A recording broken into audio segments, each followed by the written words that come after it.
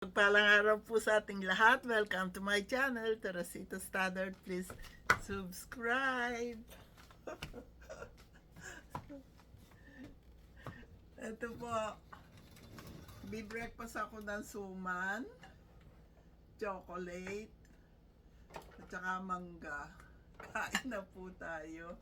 Andito po ako sa kitchen namin. Ito po, ang studio ko po nando sa basement. Pero dito po kasi malapit sa lahat, sa pagkain, sa tubig. Meron din ako konting dekorasyon dito.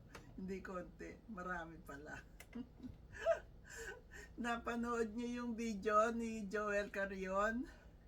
At marami pa po nanalo kasi pangatlong cooking challenge na namin yun, yung nanalo sa first prize ng aming cooking challenge. Yung sa third cooking challenge ay si Jomar Langit. Yung pong ating si John Malabana, nanalo din siya. Tortang talong po, tinanim niya, niluto niya. Sa pagtatanim naman yata yun. Kahalo-halo na. Si Darwin, ang ating si Darwin na makulit, nanalo din siya sa ating cooking challenge.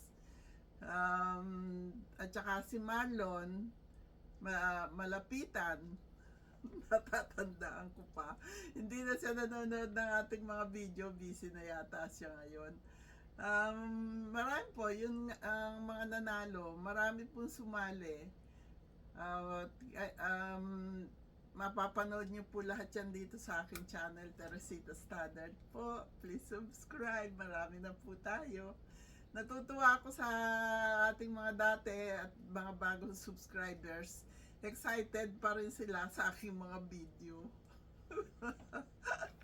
Meron na po akong nailista yung mga first comment at what's like. Ito po, ilan na sila? 1, 2, 3, 4, 5, 6, 7, 8, 9, 10. 10 na po.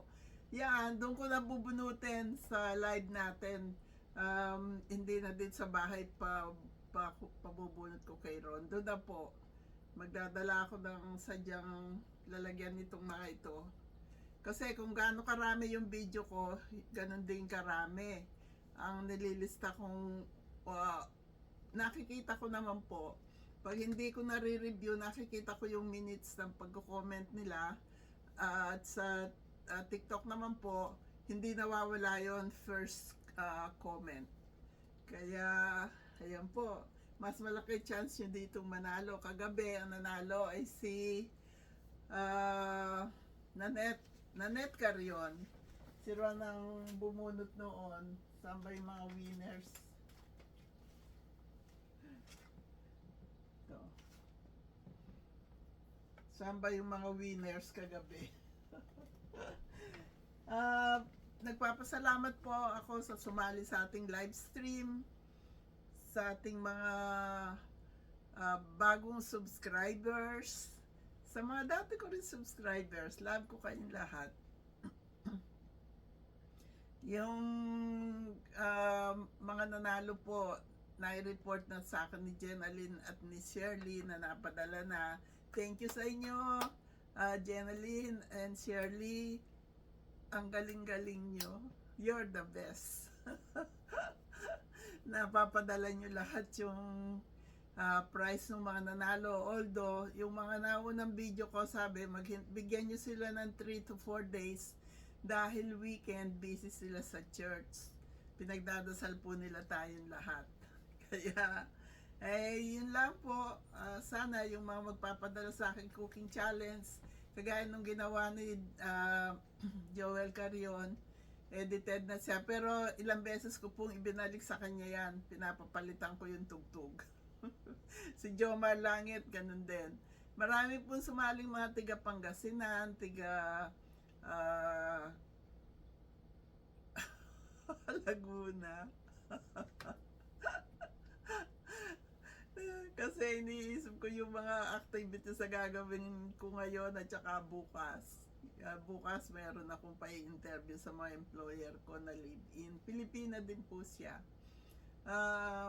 Mataas po pinag-aralan niya, pero dito po ang magiging trabaho niya alam niyo na, yung pag-aalaga ng bata at saka mga trabahong bahay. dahil ako magiging baby nurse na ako. Binibigyan ko po sila ng chance na mag-adjust sila dahil darating yung third baby nila. Pero ako nandoon pa rin daw sa kanila. Uumpisahan ko lang ang pagiging baby nurse ko sa January pa po. Pero okay lang. Matyaga naman akong maghintay. Ganun po talaga. Kailangan nating magtyaga. Maayos naman po ako ngayon sa kanila, kaya lang talagang pag ako'y nag 11 hours na pagdating ko sa bahay, talagang dead tired. Nandun ako sa recliner ko, nanonood na ako ng mga kadramahan. Nakakatulog po ako, kaya alam ko kung ilang oras ako natulog, kasi kung ilang oras yung show na pinanonood ko, tsaka yung nag-uumpisa na, tsaka yung matatapos na. Sabi ko, ay, ang haba pala nang naitulog ko. Pero sa gabi, nakakatulog pa rin po ako ng maayos. At hindi ko naman pinababayaan ang sarili ko. Kasi hindi pwedeng sabay kaming mawawala ng ulirat ni Ron. Dahil sa ngayon, napakarami na po niyang nakakalimutan. Kasasabi ko lang sa kanya, pupunta kami sa birthday ngayon ni Nelia. Tinanong na naman niya ako kanina. Sabi niya, what are we going today? What are we going to do today? Sabi ko, honey, I already told you we will attend Nelia's birthday at her house. Do I know her? Of course you know her. How about her house? Do I know how to get there? If you don't know how to get there, I will get us there. Minsan naman po, gusto niya siya magdadrive. Kagaya nung nakisabay sa amin si Mike. Ay nako, ang pagkakapark niya, sumasakop siya sa kabilang lane. Pinako-correct ko lang yung pagkakapark niya kasi marami na siyang nagasgasan sa kotse. Ayaw po, hindi niya binago talaga. Sabi ko, alam mo Mike, araw-araw yan dinidivorce ko pag iniinis niya ako. Yun naman po, salita ko lang yun, hindi ko naman po gagawin dahil sa napakalaking tulong niya sa aming mag-iina.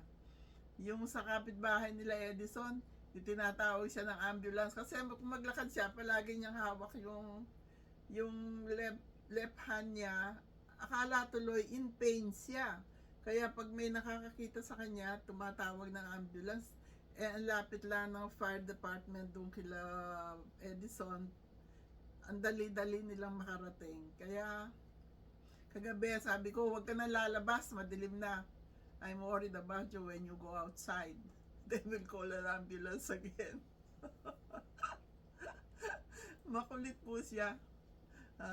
Pero pinagtityagaan ko lang po siya. Nagpapakis ako. Hindi ba lang ako kinis sa pisngi? Kinis ako sa buhok. What kind of kiss is that? Wala na po talagang marami na siyang, dati napakalabing niya, napaka-sweet niya. Pag ako'y naatraso lang ng 5 minutes sa pag-uwi ko, tatawagan na lahat ng mga employer ko, pati si Edison. Kasi ako, noon ugali ko, pagkagaling ko sa isang trabaho, dahil siyempre, pinag-aaral ko pa mga anak ko noon, tsaka,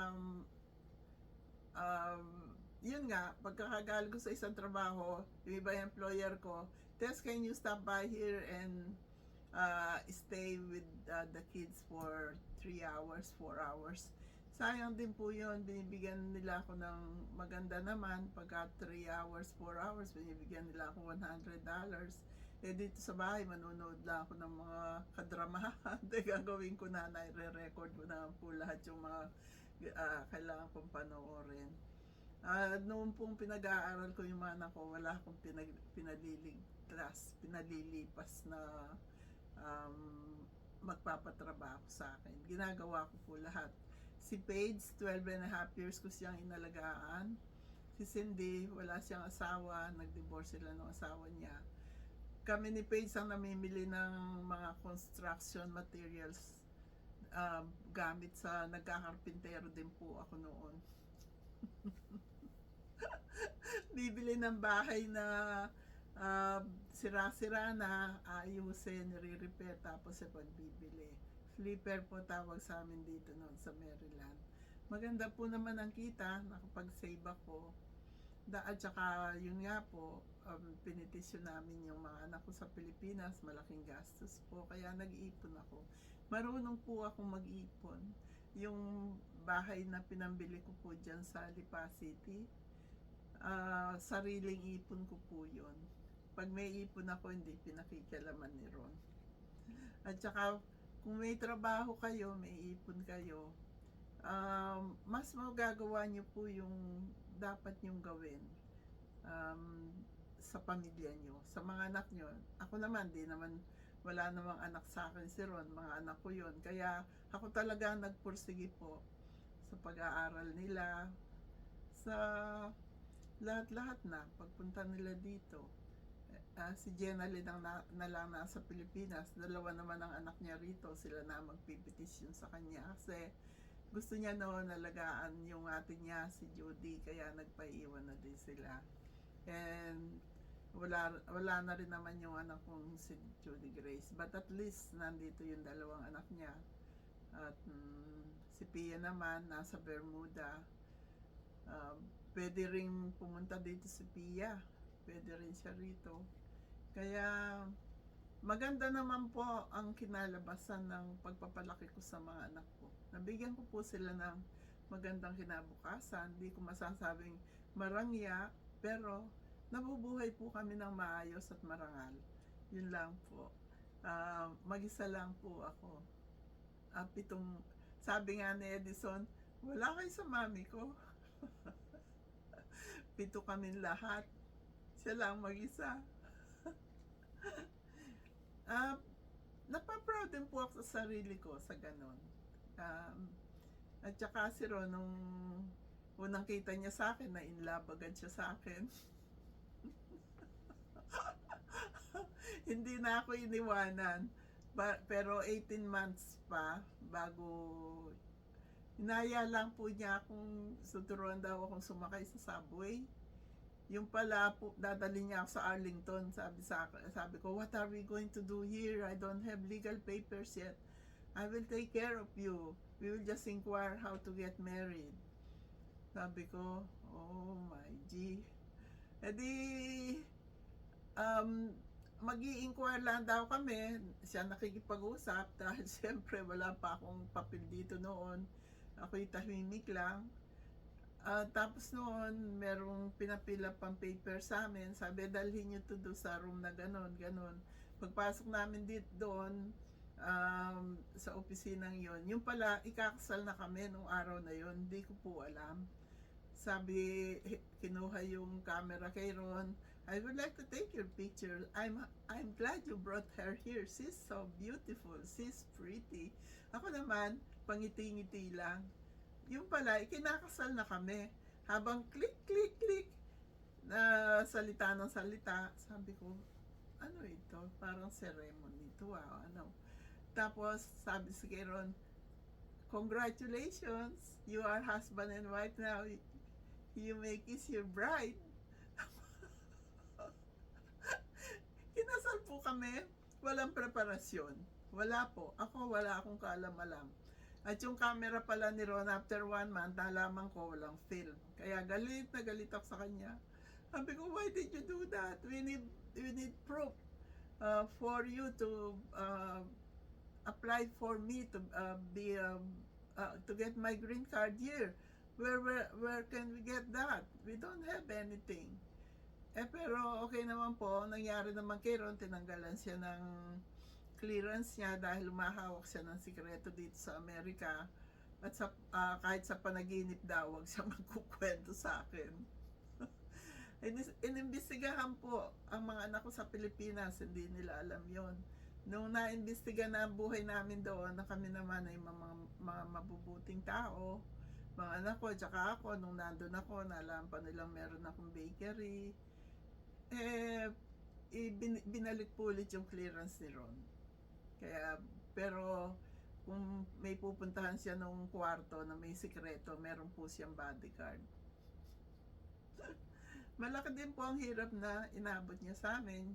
Mga kaibigan niya, sinasabihan siya, is that love or lust? Yung ibig nila sabihin, yung isang kapatid niya, sabi, ang tagal daw ng pagsasama namin, matagal na ang 5 years. Ito po kami ngayon, 35 years na kaming kasal. Kaya talagang nagkasama po kami sa hirap at ginhawa, yung pag-ayos ng papers noon sa mga anak ko. Narausan po namin lahat yon. Kaya yung po ating cooking challenge, please po, na pwede niyong panoorin yung ibang mga video. Pumunta lang po kayo sa Teresita Standard YouTube. Makikita niyo po lahat doon ng video ng mga in-upload ko na sumali po sa ating cooking challenge at yung mga nanalo. Kaya masaya po ako. Sabi ni Edison, ibalik mo ulit yun, doon dumami ang subscribers mo, kasi bawat pong mag-upload ako ng video, kailangan yun para kayong kandidato, kandidata, mag-i-invite kayo ng manood sa video nyo, kasi ang pa-contest po hindi lang cooking challenge, pinakamaraming watch, pinakamaraming likes, doon po binabase. Kaya 3 po ang winner. Ganun po yung, hindi po ako magde-decide nun.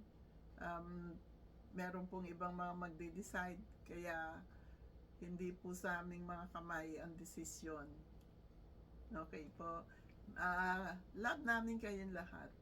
Kaya eto na, malamig na yung aking breakfast. Okay lang po. Happy day, happy night, happy life, happy, peaceful, healthy, and blessed world to all. Sana po na-enjoy nyo ang aking mga video. Panoorin nyo po lahat. Tandaan nyo po, yung first watch, like, and comment, nililista ko na po dito sa kauna-unahang video ko pa lang. Sa TikTok, YouTube, Reels, nililista ko na po. At inuumpisahan ko na po ang paglilista ng Monday. At pinaka late na paglilista ko po ay Thursday. Kagabi, nasermonan ako ni Edison. Pagdating mo dito, gupit-gupit na ha. Hindi mo na pag-ugupitin pa. Nakalimutan ko, ang dami niyang bisita. Yung pala binigyan ko tigi-tigisang gunting, nagupit na nila lahat yun. Tapos, good idea. Gagawin ko yun sa susunod. Okay po. I love you all. Let's all have a blessed weekend. Happy day, happy night, happy life, happy, peaceful, healthy, and blessed world to all. It's a happy day, it's a happy night. Welcome to my channel. Please subscribe. Ako po may gawa niyan, kaya hindi ako makaka-copyright yan. I love you all.